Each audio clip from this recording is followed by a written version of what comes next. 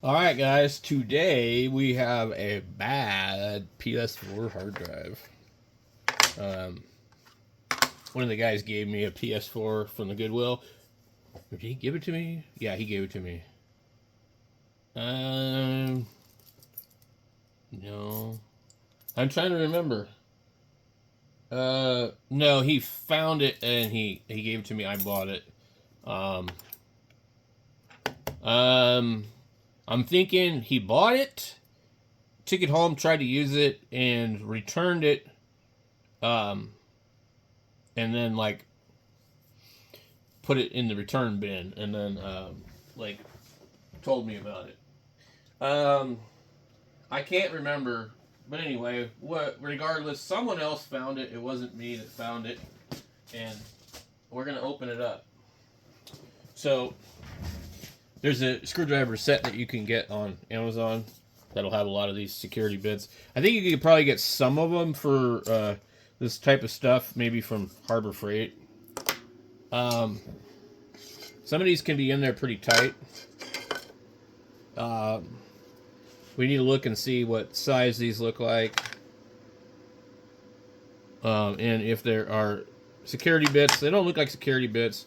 They just look like really, really small ones. Like maybe a T3.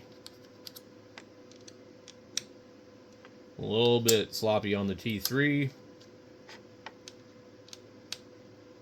It's a T4 or a T5. Actually looks like a T5, but let's make sure. It's with these really small ones, you do not want to be using the wrong size. You won't get a second chance. Okay. So T6 is too big. I believe that's a T6. Yeah, T6 is too big, so T5 fits. If you've never taken apart a hard drive and you have a bad one, you should take it apart. They're really cool. So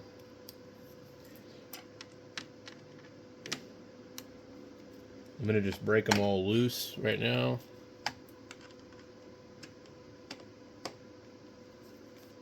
These aren't super tight. In fact, they're pretty loose. Okay.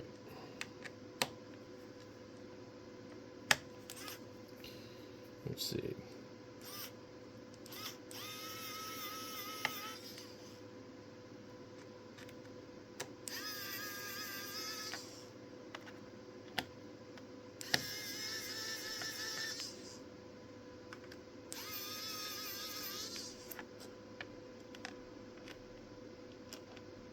I'm actually left-handed, so I'm using my right hand. It's not the most convenient thing.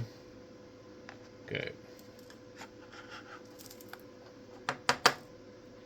We do have one more left.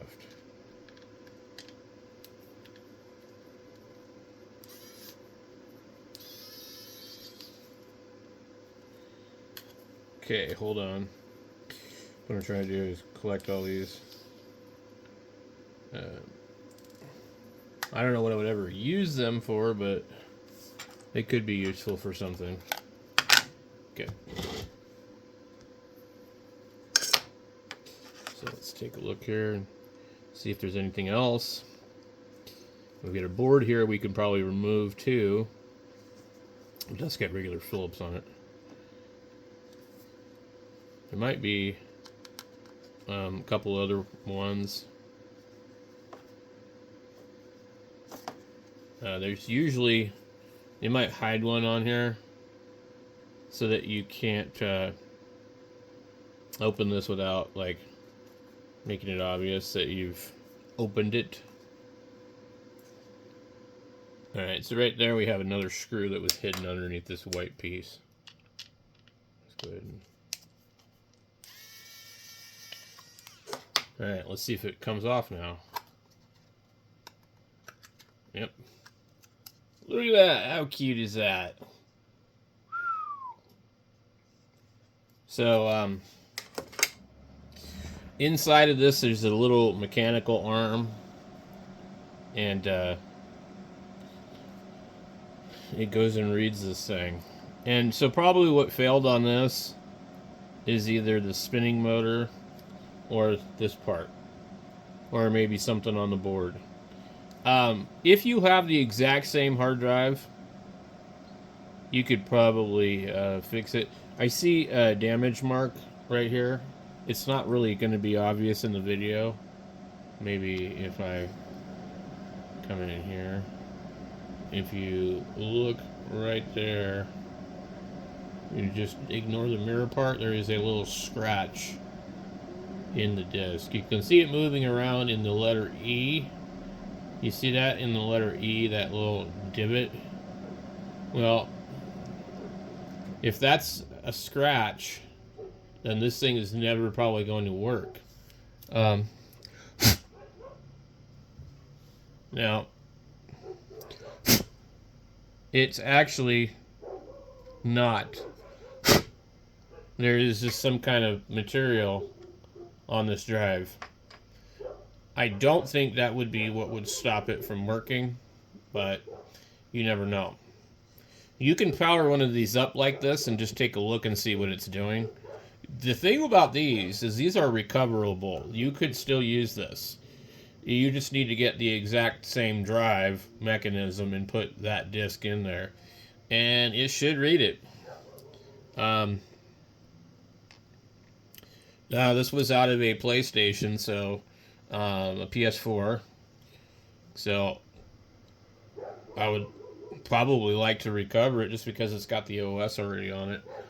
It's kind of a tricky process to take a new drive and put the operating system on it, but I did it, and you could too if you really needed to. So I just wanted to kind of show you what's inside of here.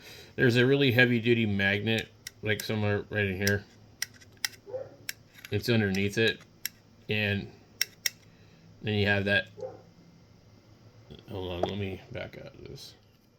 So there's a really heavy-duty magnet in here, and it's going to be underneath it. I don't know exactly what role it plays or how it does its thing, but it's in there. There's no reason to tear it apart further because there really isn't a lot else going on in here.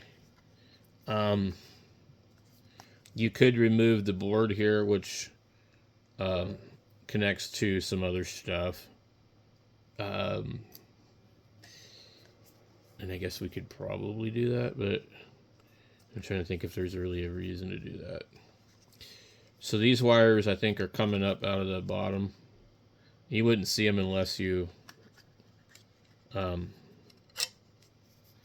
ahead and removed the disc. You scratch that disc or get any kind of fingerprints on that disc, I don't know that it will work very well.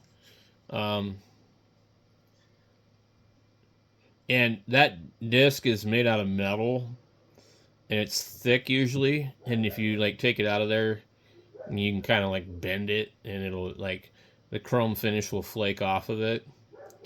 So it's essentially a very large, I guess, but they call it a platter, but I guess it's a very large, like magnetically written, like coated metal object. I don't know. It's like, I guess it writes on it like a record player somehow with that little fine point. And it's just not really like a CD player, but kind of, I guess. So like a magnetic CD player, something like that. I'm not sure I fully understand the concept of how they work, but obviously, you know, it looks like a CD, but it's really not. And I know that these don't like, you can erase them with a magnet. They don't like being magnetized or demagnetized. So, obviously CDs don't have a problem with magnets. So if you really wanted to in your board, you could remove that off of there, and then you could remove that and remove the little piece here. These parts could be replaced. So you would just need another Toshiba drive, and you probably could just drop that disc in, do another Toshiba drive, and it would probably work. So I'm just going to, you know, it doesn't take up a lot of room, just leave it in my parts bin. So I hope that was interesting to see inside of a old spinning drive. These are going to become kind of rare, and people will be like looking at them like a dial telephone. They're like, what's that?